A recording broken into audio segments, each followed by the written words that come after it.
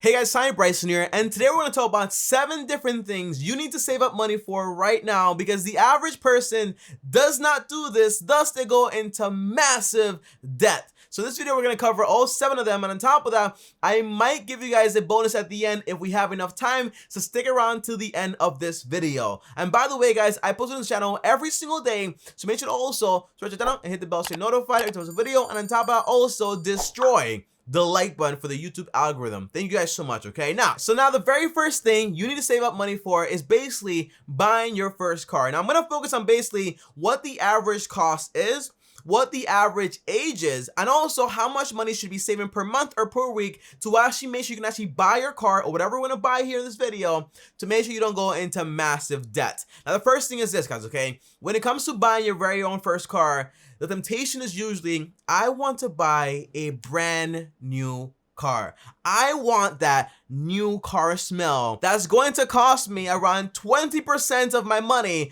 as soon as I drive that car off the lot, but it's definitely worth it. Obviously, I'm kidding here. But you know, buying a new car I thought was like the best thing ever until I researched that basically in the first 5 to 6 years, that car is going to lose around 50 to 60% of its value. So it's obviously a bad investment. Now, when it comes to Tommy, how much does the average person spend on a new car? The answer is the average person spends around $37,000 on a new car, according to data taken in January of 2020, so fairly really recent, okay? And on top of that, guess what, guys, okay? If you're going to buy a new car, usually I would say it's a dumb idea, don't do it. However, if you're going to go buy a new car either way, do me a favor, okay? Go on Kelly's Blue Book and research the car, make sure it's reliable, and make sure it also retains value after 5 to 10 years. Because although, number 2, we don't know exactly the age people buy a new car, we do know that the average American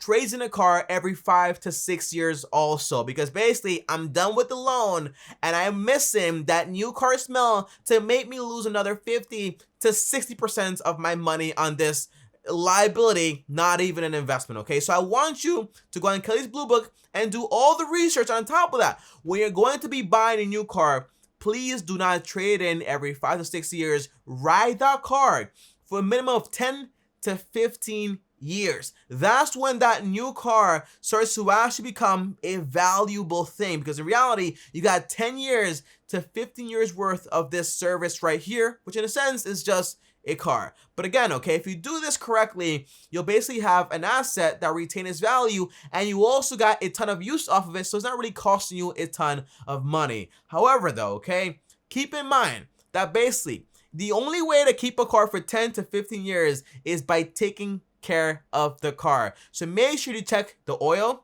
check the tire pressure, make sure you check the car engine lights, because a lot of people ignore those. The answer is take care of your car. And if you're gonna keep a car for 10 years or 15 years, in reality, you should know exactly how to change the oil, the tire pressure, all those things you should know, because basically you've had this car for like 10 to 15 years, bro, right? So here's the math, guys. Say, for example, you were going to buy a new car, and that car is going to cost you around $37,000. Well, obviously, to buy that car in cash is absolutely insane, because basically it's going to cost you a ton of money and also a ton of opportunities. So in reality, you would probably put that around 20%. Now, 20% of $30,000, okay, is going to be easily $7,400. So I want you to save up at least the down payment for this car and put down a minimum of 20%. But also, okay, when you're buying a new car and you say, Tommy, it's okay, I can afford it. The answer is, remember this, okay?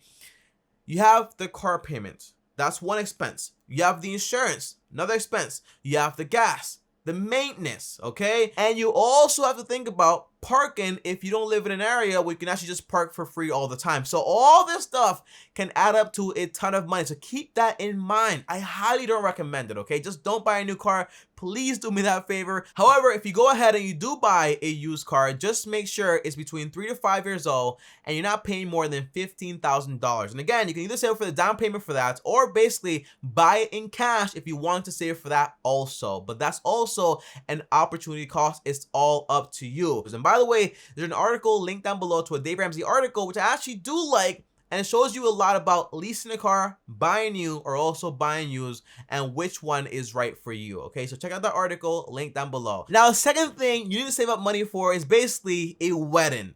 And I know you're probably not thinking about this right now if you're younger or even older, but the answer is this thing right here is going to be pretty expensive. Now, I've never been more wrong about anything in my entire life, okay? I thought that, hey, when I get married, I spent like, maybe like $1,000, like $5,000 here and there, and that'll be it. But in reality, I did the research, and here are the numbers, okay, guys? The average wedding in America costs around $33,900, okay? That's not a made-up number. It's according to the stats. So this is a ton more money than my $1,000 estimate, okay? I was 100% wrong. But again, you have to include the venue, the guests, the dress, the suit, the rings, the honeymoon.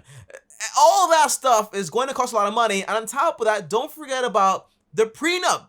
That might cost between $2,500 to $10,000. But again, a lot of people don't really need a prenup. But if you do have assets that you need to protect, then I highly recommend you get a prenup, okay? However, I did the math with my girlfriend, and we found out that basically our wedding is going to cost around $25,000. And on top of that, the average person gets married between 25 to 30 years old. And my age is going to be at 27 years old. I plan to get married, okay? That's at least what I plan to do. However, here's the math to this, okay, guys? So say, for example, you sit down and you calculate all the math here. The idea is, oh, and by the way, guys, okay, if you don't even have a girlfriend right now or like a boyfriend, and you're like, Tommy, I don't need to save for this. The answer is yeah.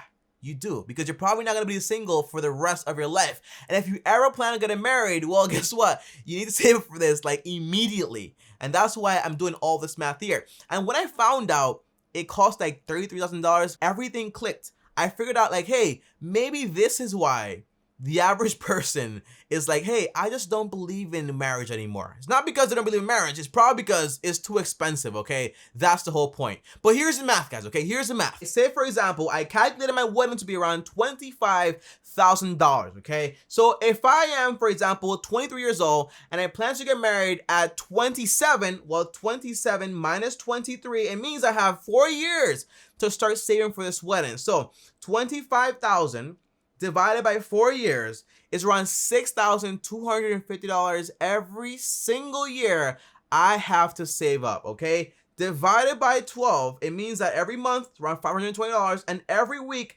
it's around $130 that I have to save up for this wedding. And that's the idea. Now, depending if you're younger or plan to get married a lot later in life, the answer is this number is going to be a lot less. But the point is this, okay? I expect to spend a lot less on my wedding, but the point is I want to prepare because basically it's a special day. I want to remember the day, but I don't want to remember any debt I incurred because of that day. And by the way, most marriages end because of what? Finances. And that might be one of them because the weddings are so expensive. So again, plan for this and save for it. Even if you don't have a girlfriend or a boyfriend right now, it doesn't matter. If you plan on having this part of your life, if you plan on getting married in your life, you have to be prepared for this because basically it's going to cost you a ton of money. And by the way, any money I get left over from that wedding, guess what I'm going to do with it? I'm going to go into number 3. And number 3 is basically having your first kid, okay? Now, this is something that's also very expensive that people often don't really plan for. And when you have your first kid, according to research, it's going to cost around $12,000 in the first year. Now, the average person, if you're female, you might have a kid at 27. But if you're male, you might have a kid at around 31, according to the data out there. However, I did some math and I was like, there is no way my parents spent $12,000 on me when I was growing up. Because again, we lived in a third world country and the only thing we were worried about is basically, hey, does he have food? Yeah. Does he have clothes? Yeah. Is he healthy? Yeah. Well, let's not buy anything else, okay? Because basically they couldn't afford it, and I get that. But the point is, I did the math, and in reality, it'll cost me around $5,000 a year, okay? It won't cost me $12,000 or like $15,000. No. Okay, and on top of that, I did 10 seconds of research on Craigslist and found literally baby cribs, strollers, and car seats, whatever you want to call them, for like $35 on Craigslist. So again, all the stuff I can get used and sanitized, I will, okay? Because basically, I'm not going to spend a ton of money on stuff for a kid that's basically in like 5 years is going to throw everything away, okay? So waste the money if you ask me, and I don't plan on doing that whatsoever. So reality for me, if I plan to have, for example, 3 to 5 kids, and I want to save, for example, for maybe the first 3 kids or so $5,000, times 3 kids, that's around 15K. Now, if I plan to have kids at age, for example, 30, and I'm 23 now, I have 7 years, okay, to save up for it. So divided by 7, that's around 2,100. Divided by 12, that's around 178 every single month. And divided by 4, that's only around $44 I have to save up for that kid before the time actually gets here. But the point is, by saving up this money now,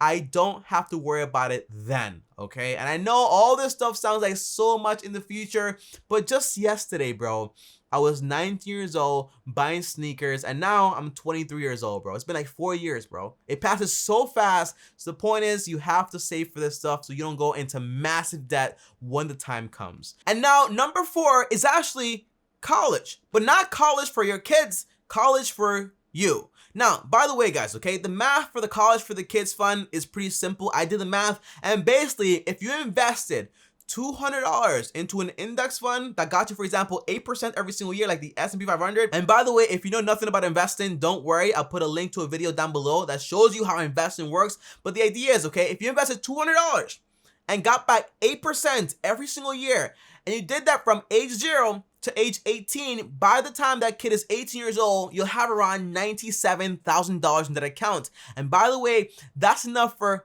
3 kids, if you ask me, okay? Because again, they also have to put some money towards paying their bills because, again, you can't pay for everything. Let's be honest here. But for you, here's the math for your college tuition, okay? The average bachelor's degree, which I recommend you get, and not an associate's. And by the way, if you don't want to get an associate's or a bachelor's, just go into a trade school. You'll also get paid a lot of money depending on the trade you actually pick. I actually like trade jobs a lot. But the idea is the average bachelor's degree costs around $34,000.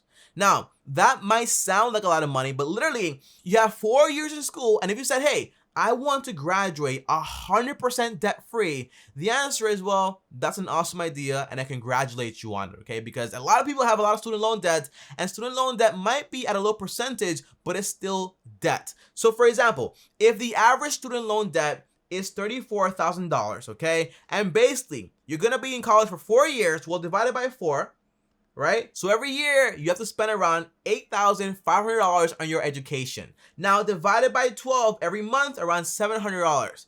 Every week around $177, and every single day around $25. And that way you get to graduate 100% debt-free. But obviously, okay, if you graduate debt-free but you picked a very bad career, the answer is it doesn't matter. You probably still won't get a job, and if you do get a job, you will be getting underpaid, okay? So make sure before you go into college, I'm being serious here, make sure you basically pick the right career and you don't spend 4 years of your life getting a degree that's basically obsolete and no one wants to pay you money to actually because you actually got the degree, okay? So always do your research before you go ahead and sacrifice 4 years and a lot of money, okay? So always do the math. And by the way, $25 a day is very doable for a college student, okay? When I was in college, I was making around $2,000 every single month. Enough to pay for my degree, enough to pay for everything, okay? And by the way, that is not including financial help from the governments, and on top of that, not including the scholarships you will sign up for. And by the way, please sign up for a minimum of at least 50 scholarships, okay? The more free money you get, the less money you have to pay back, okay? So again, sign up for as many scholarships as possible, a minimum of 50. I've seen some of my friends get scholarships just because they're left-handed, bro.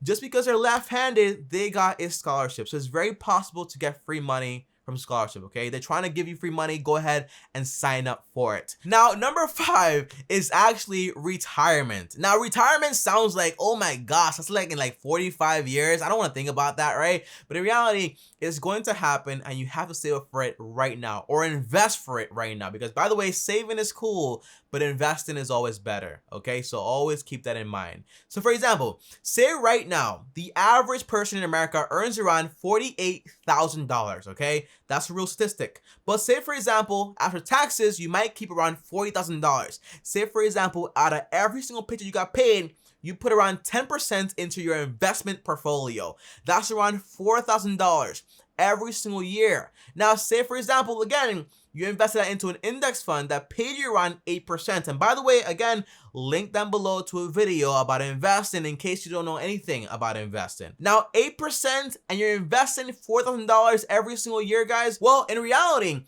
in the first 20 years of doing this, you're going to have invested around $197,000. If you ask me, that's a ton of money. On top of that, in 25 years, you'll have $315,000. Why? Because of compound interest. And by the way, I'm not even included the dividends you're gonna get paid, and you're also going to reinvest. And in 45 years, when you're ready to retire, you'll have around $1.6 million. And again, that is only with 10% of your income. Imagine if you did 20% or 30%. The answer is you can retire a lot earlier with a lot more money and not have any issues with having to go live with your kids, because basically you can't afford to live by yourself anymore because you're 65-year-olds and you only have medical bills to worry about. But this way, you have a ton of money saved up, and that's the goal, okay? So figure this out and start investing, and I have a video linked down below to help you get started. Now, number 6 is actually your first home. Now, I'm smiling so much because basically this video is so long, but I still can't cover everything. So I'm kind of upset here. So I might make a video covering every single one of these like separate and then dedicate a whole video to it. That way you guys get all the information here. But number 6 is buying your first home. Now, the average house in America costs around $200,000. Now, I recommend you put that around 20%. That way you don't have to pay mortgage insurance, which is pretty cool. And by the way, please, please, please, okay, do me a favor. Do not fall into the peer pressure of America where basically once you're 18 years old, you want to move out, go to college, get into debt, and then get an apartment you can't afford, okay?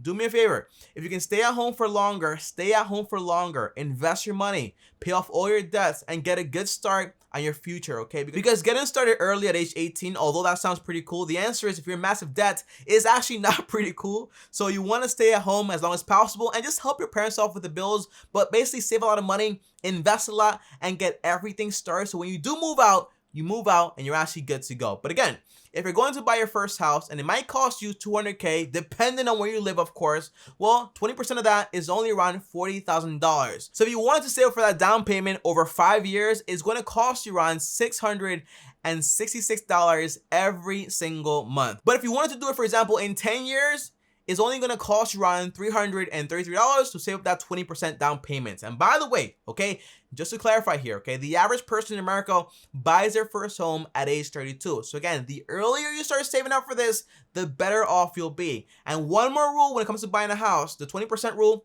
I like that. But also make sure when you buy a house, it's not more than 1/3 of your income. That way, you're not one paycheck away from being bankrupt, or for example, if you get fired, you don't have to worry about anything, okay? Now, the last thing you have to save up money for, and guys, I apologize this video is so long, but basically, I want to cover all this stuff, but I still can't, so I also apologize for that. But basically, the last thing is called an emergency account, because although it might sound like, hey, Tommy, okay, if I do all this, then my life is secure, the answer is things can still happen. So you have to save for at least 3 months or 6 months or even 1 year worth of your monthly expenses. So again, for example, if your monthly expenses are, for example, $2,000, you want to save for at least 3 months, well, times 3, that's $6,000. Times 6 months, that will be $12,000. For 1 entire year, that's around $24,000. But that way, if your car breaks down, something happens to the house, everything is covered, and you can basically live frugally without having to worry about anything actually happening, because basically you have money saved up on the side. Now tell me, how can I do this all automatically and easily? Now if you're wondering, tell me, am I going to have to open up 7 different bank accounts? The answer is no. If you open up, for example, a SoFi money account, link down below, you can save up money goals, and that way you can save money up for all these categories here and do it automatically every single time you get a direct deposit. And when you sign up, you also get $50, which is pretty cool if you ask me. So it's already free money to put towards college, a house, or buying a car, or having a kid. And this might sound very overwhelming, guys, but again, it is, and it's supposed to. And the whole game of America is basically, if you do all this stuff without planning for it, you're going to fall into massive debt. You buy your first car, $35,000. You buy your first house, $40,000, but you won't put it down, so you'll probably suffer from the monthly high payment every single month. Well, guess what? You go to college, $35,000, okay? A kid, $12,000. All right, all this stuff adds up to a ton of money. if you save for it. And also wedding, bro, 33,000. The answer is you can't do it without saving up for it. And if you don't save for it, and if you don't have a massively high income, you will be in debt and you will be in the rat race for the rest of your life. And you want to avoid that at all costs, and that's why you should save up for it. But guys, since the video is so long, in the end, I'll still tell you the bonus. And the bonuses are basically also save up for vacation and also for tax in case you also have taxes you have to pay at the end of the year. But guys, comment down below and let me know, do you want me to make a full video on each of these ones right here with more strategies? And that way you know exactly how everything works. Comment down below, let me know. And as always, I'll see you guys tomorrow. Thanks for watching. Like this video if you liked it. Sorry it was too long.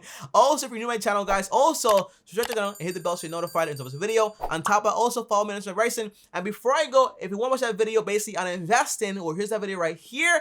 And click my face right now. I'll see you guys tomorrow. Thanks for watching. And as always, peace.